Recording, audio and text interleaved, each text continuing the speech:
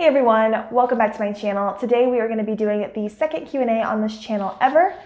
Earlier last week I posted a post asking you guys to ask me any questions you wanted answers to about adoption, motherhood, foster care, our family, anything like that, and you guys had some great questions. I did my first Q&A back in the fall and I'll leave that linked below if you guys want to check it out. If you're new here, welcome. My name is Autumn Renee. I am a foster to adopt mama of a beautiful little 2-year-old little boy. And here on this channel, I make all kinds of videos on adoption, motherhood, foster care, all kinds of things like that. So if you're interested in that, definitely check out my channel linked below. And if you've been here for a while, I would love if you'd give this video a thumbs up. It really does help it out. All right, let's go ahead and get started. So I have my questions here on a notebook. So if you guys see me looking down, I'm just reading y'all's questions. The first question I was asked is, are you a part of any foster care support groups, and what advice do I have for people out there who are trying to meet other foster parents? So I was actually going to be making a video on this probably in the next 2 weeks or so you guys can stay tuned for that, but I will go ahead and answer part of this question now at least. So yes, the short answer is I have been a part of different foster care support groups, and I do highly recommend that. There's nothing that's going to be more valuable to you as a new foster parent than having other foster parents to ask questions. There's going to be so many things that you're like, is this normal? What do I expect from this? And it literally was a lifesaver. So when I started the process, as many of you know, I was a single foster mama. I was doing this on my own, and I had a busy work schedule. I didn't have a lot of time to go to some of these foster care support groups that might have been around here locally. A lot of them are for stay-at-home moms, and they were at 10 o'clock on a Tuesday, and they were just things that I couldn't do. So one thing that I really found that was helpful is I actually joined a group on Facebook that was specifically for single foster moms, and that group was literally my lifesaver. It was amazing. Anytime I had any question about anything, whether it was foster care related or not, there was just so many women on there that had experience and helpful advice, and I cannot tell you how many countless times I went to that group and got so much helpful stuff. And what was great is it was a community, so there was also other women on there posting, asking questions that maybe I knew the answer to. So it was a really wonderful experience, and I highly recommend that you find something like that. So even if you don't have something in your area, having an online Facebook group or another forum like that can actually be very helpful and really feel like a community and a support group for you if you need it. Now that I'm further on in my journey and I have a partner now, and it's easier for me to have some childcare and be able to go to things, even though I am still working full-time, I now am able to attend something in the evening or on the weekend because I have Ryan who can watch our son Darian. So now I actually did join a foster to adopt mama group because it's got adoptive parents in there, transracial parents in there, and it's a really helpful resource for me as a parent. So I did join a group, but because of COVID, I haven't really been able to go much. So there are groups out there, especially if you're in a bigger city. A lot of churches have groups ministries, so if you're religious, that can be an easy way to find a group. And I also would recommend not being afraid to start your own group. I'm a big believer, and if you want to make something happen, make it happen. But yes, I did join some groups, and I do recommend that. And even if you are in a smaller area or you don't know of anything in your area, you could definitely find things online that is really helpful. That's still one of the most helpful resources for me as a parent. So the next question is, did I feel natural maternal instincts when I was first placed with my son? Or my son was first placed with me, I guess I should say. Yes and no. I'm not sure exactly what this question is asking. If you're asking if I felt that instant, this is my child, love kind of thing, I honestly did not feel that, and probably until after the first week, after the first few days. I vividly remember the first 48 hours for sure. I remember feeling like I was babysitting. And maybe that's because I was previously a nanny and that just felt like that to me. I don't know. Because he was adorable and beautiful and so sweet and such a good baby. But when I first got him if you're new here, I got him at 5 months old. I don't know, the first few days it did feel like I'm just babysitting someone else's kid kind of. I'm still getting to know him. I hadn't bonded with him yet. But then after about the third or fourth day, definitely felt already okay, this is gonna be my baby. I love him, and I already was ready to adopt after that first week. So it came on pretty quickly, but I will say the first few days it was not necessarily instant. I feel like I had to actually get to know him and bond with him and spend some time with him before that kicked in. Now the wording here was maternal instinct, so if you're asking more about the need to care for him, type thing, that was definitely instant. And that might have just been, again, from my previous experience. I've worked with kids a lot, all growing up and through college. I got my degree in child development, and then I worked as a nanny. So I already had lots of experience taking care of kids. So that did come naturally to me. That was just an automatic, like, yes. And I think that would come naturally to most people. I mean, I think anytime you're given, a sweet little child who needs help, I think your human instinct is gonna kick in to take care of that child. So in terms of that, yes, that was definitely instant.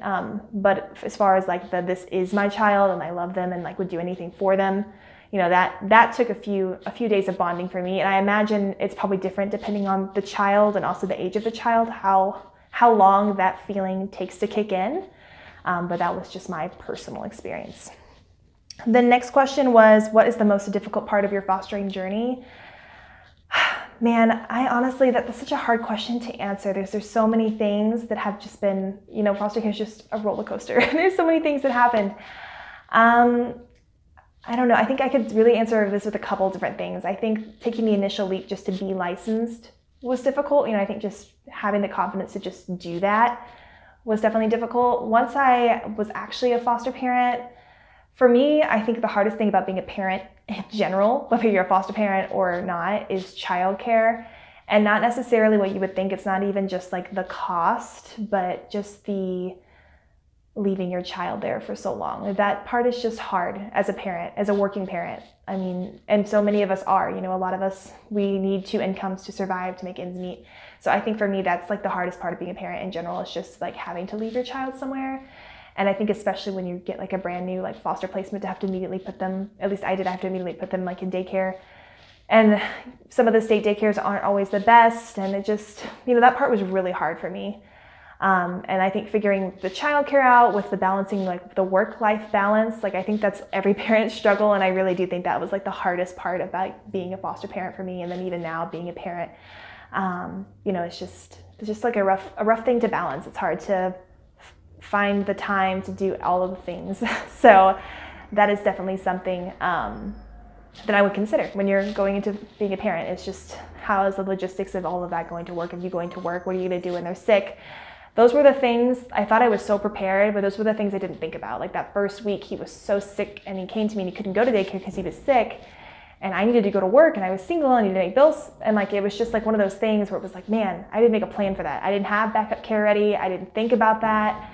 It never occurred to me what would happen if he was sick. I don't know why. You would think that was something you would think about, but I didn't. So learn from my mistakes and have a plan.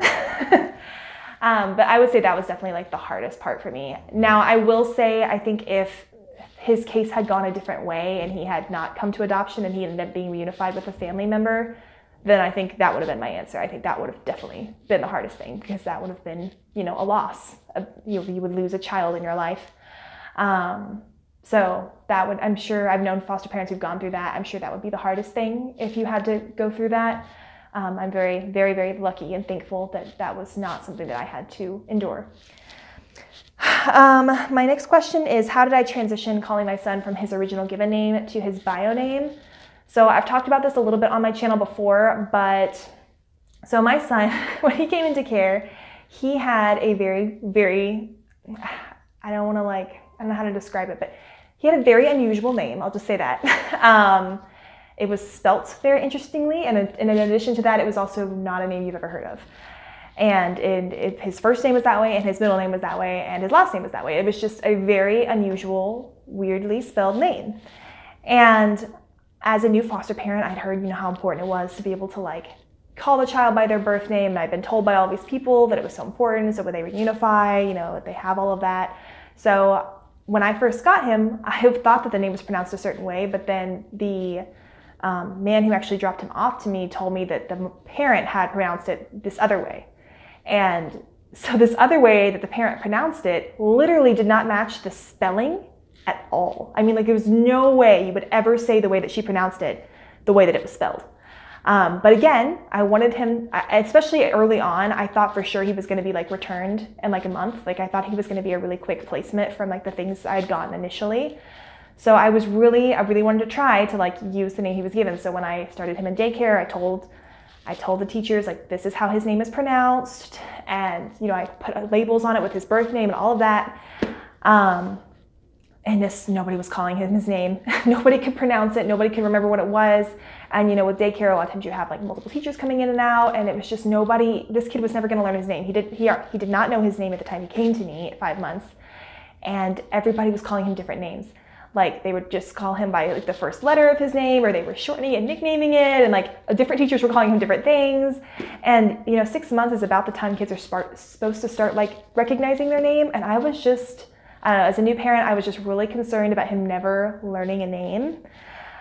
So and again, his name was so hard to say and so hard to pronounce. And so I finally was just like, I'm just going to give him a name that's very similar to his birth name, but is pronounceable and everybody can spell and say. That way he at least has something that he is called. And it was close enough to his original name that if he was returned, he would still respond to his original name. Like it sounded very similarly. So that's what I decided to do. I just kind of like made that executive decision that was going to be what was best for him. And whether or not I made the right choice, it's done now. But obviously he ended up going to adoption, so it didn't matter that much in the long run. But I did shorten his name, and I ended up calling him Darian, and just called him that from then on. And I think at that point, I didn't know he was going to be returned or not, or stay with me or not. But I think at that point I could kind of see that his case was taking a turn differently than I originally thought. It was obvious he was not going to be returned anytime soon. And again, I knew he needed to learn his name before he was 2. So that's just kind of what I went with. So we nicknamed him and called him Darian from very early on, probably like 6 or 7 months. I don't remember exactly when we made the switch, or I made the switch. So anyway, so we did that, and that's what we've called him this entire time. So by the time he was 2, he'd been called Darian his whole life until since he was 6 months old. And that was his name. That's what everybody knew him by. That's what all of his, bags and bottles and all of that said. And so at the time where he became adoptable, we didn't want to change his name at that point. He knew his name. He was Darian. He's very smart. He was already talking at that point. And, that was who he was. And it would have been weird for us to call him something different, because to us, he was Darian. That's what we've been calling him his whole life. So we just kept that name, which I kind of like, because it kind of connects to his birth family, because it was originated from there. So we just kept his first name. So we never really had to do a transition, I guess, from a birth name to a new adopted name. It was just a variation of his birth name. And he'd been called that since he was 6 months old, so it was not really a transition. We did change his middle name, which I talked about in our name reveal video, and his middle name is August. And we did that because we filed for adoption in August, so it kind of had a special meaning to it, and I thought Darian August was really cute.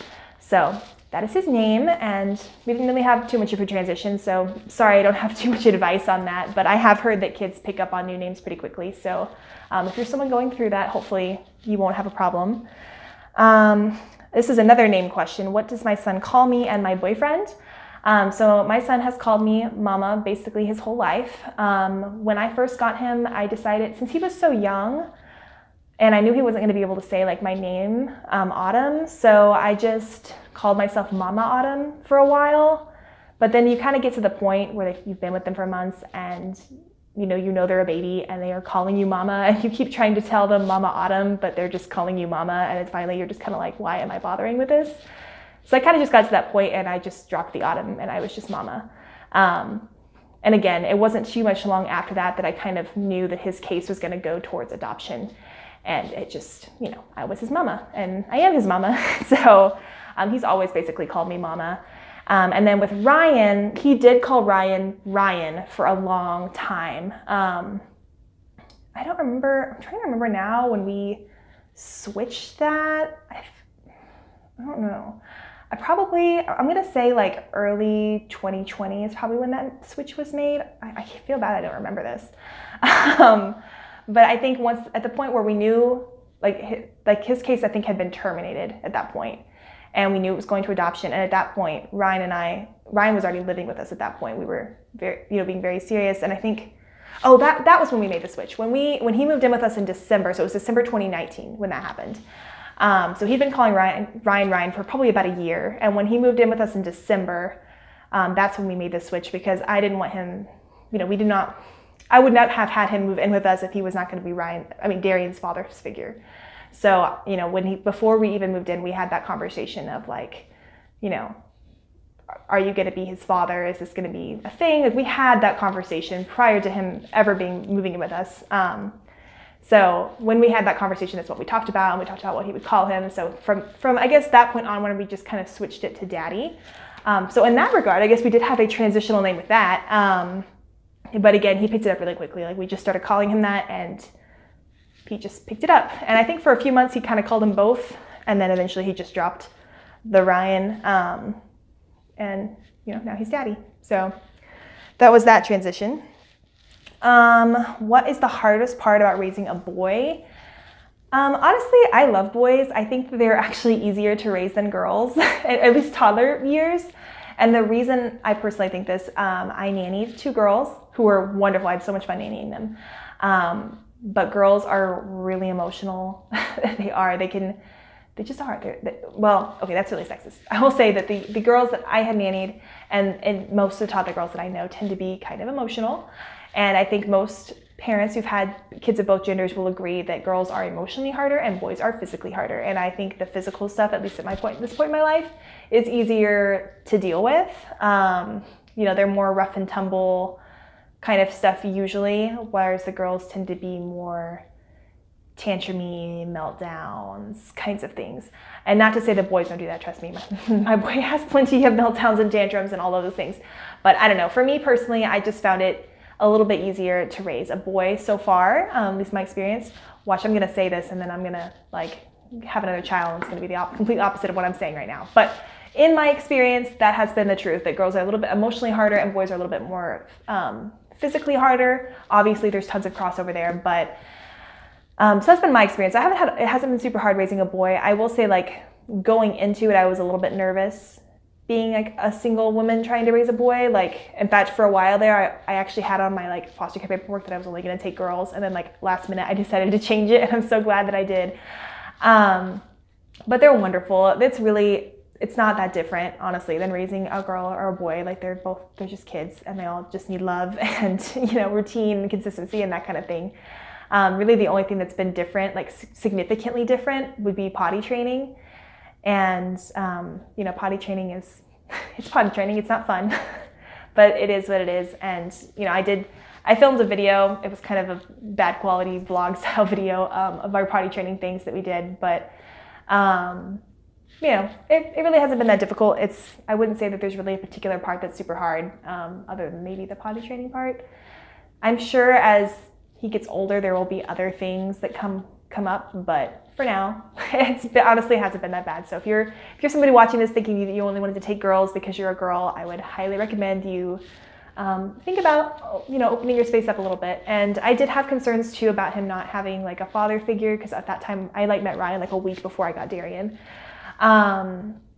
So that was a concern of mine, but at the end of the day, I was like, you know what, there's so many kids and boys in the system, that's not a reason not to do that. And then I also was I have a dad and brothers, and he'll meet teachers and coaches, and I just knew that was going to be a thing that spot would be filled somehow, no matter what. So that is my advice if you're thinking about fostering boys.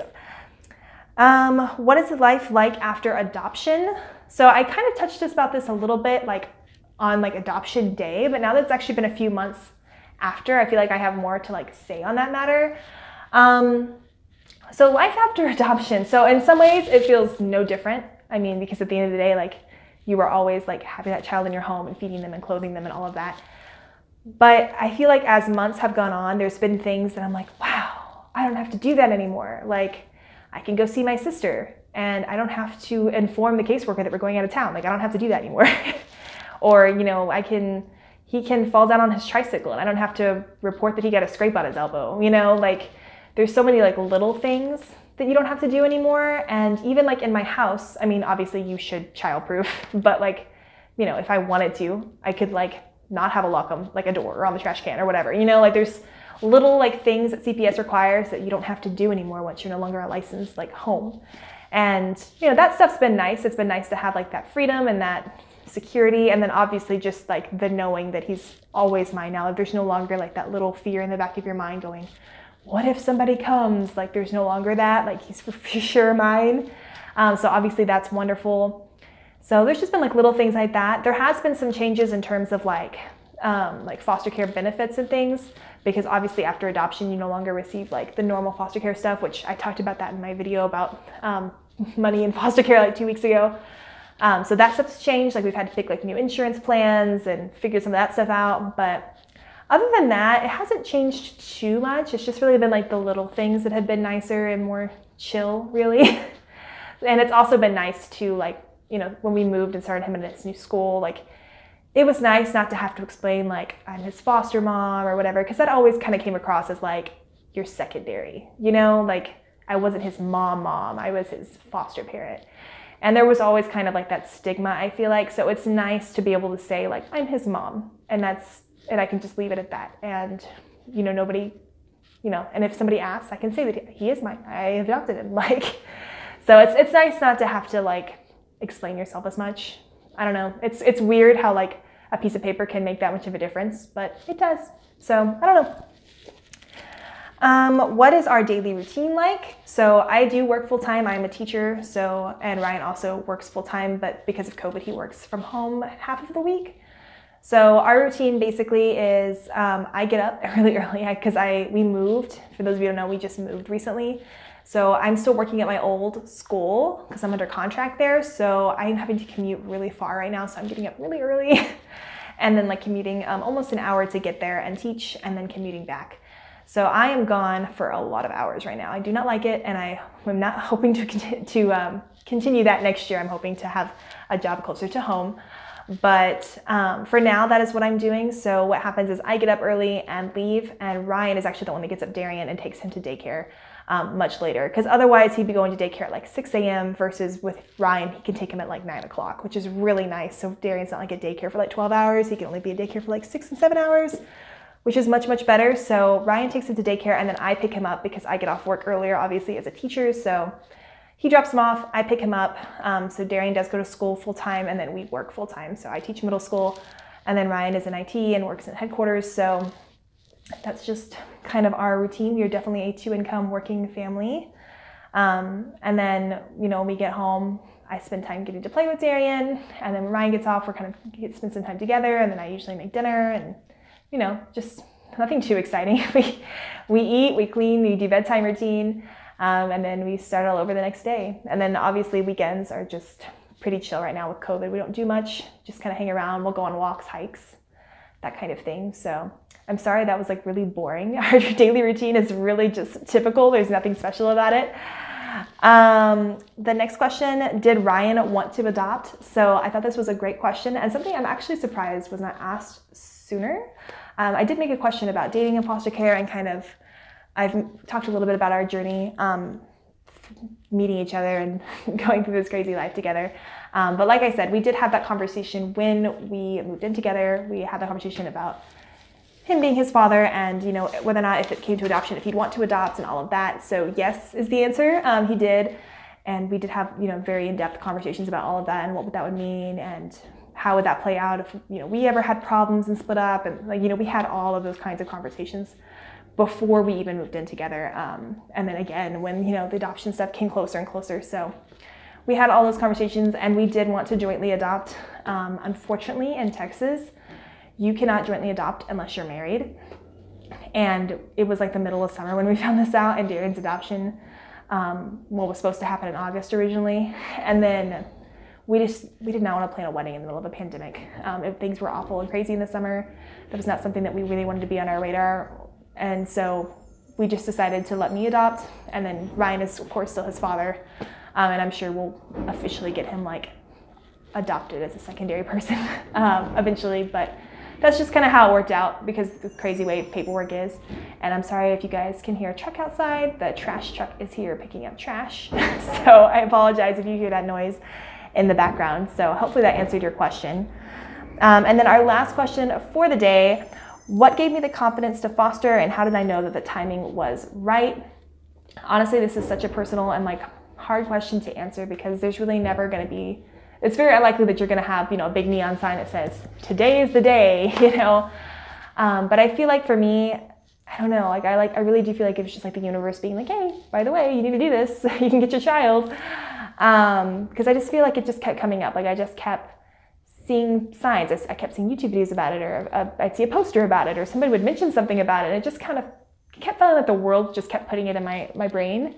And so many times I just dismissed that. I was like, no, like I need to wait till I have a house and make more money or have a partner. Like I just kept putting it off for whatever reason. And it just kept coming back. And finally I got to the point where I kind of started learning a little bit more about foster care. Like I feel like it had gotten my brain enough that I was like, okay, maybe I should learn more about this. And I feel like once I heard how crazy of a need there was in my area, I think once I heard the numbers, I couldn't make excuses anymore, honestly. I think it's kind of the point I got to. I was just blown away by the amount of need there was. So I think I just took that leap and just knew that that was something that I could do. Like I knew that I could do it. And I figured I had nothing to lose. You know, if I tried it and I never got a placement, then obviously it wasn't meant to be. Or if I tried it and I hated it, it wasn't permanent yet, you know? So it was just, I knew that it was a risk I could take. And even though most of my friends and family were like, you are a crazy lady. Like, what are you going to do? You're going to regret this decision. Like, you're going to change your mind. Like, as soon as you get a kid. You know, I had lots of people who thought that and said that to me. But obviously it ended up working out and it was great and perfect. So, I don't know. I think you just kind of have to make that leap sometimes. And, you know, it's scary and hard. And like, I feel like people watch me and they're like, wow, well, she's got it all together. She's good. And I'm like, nope, not really. I was living in, you know, small 1-bedroom apartment. I was working as a nanny. I had some savings, but I wasn't, you know, rich. I didn't have anybody supporting me. I wasn't getting income from anywhere other than my own job. So, you know, I don't feel like there was really anything special about me, which is something I kind of try to convey on my channel. Like, it's not like I'm like, I didn't have a trust fund. I didn't, you know, I was not gifted a house. Like I didn't have any like random special circumstance that like allowed me to do this. I just did it and I made it work. So I hope that will give somebody the confidence to know that you can do it too. And that is the end of our Q&A today. So thank you guys for spending this time with me. I always love doing Q&As because it feels like I'm just sitting here like having a regular like day-to-day conversation with you. And thank you guys so much for visiting my channel. I will see y'all in my next video. Don't forget to hit that subscribe button and like button, and I'll see you in my next video. Bye guys.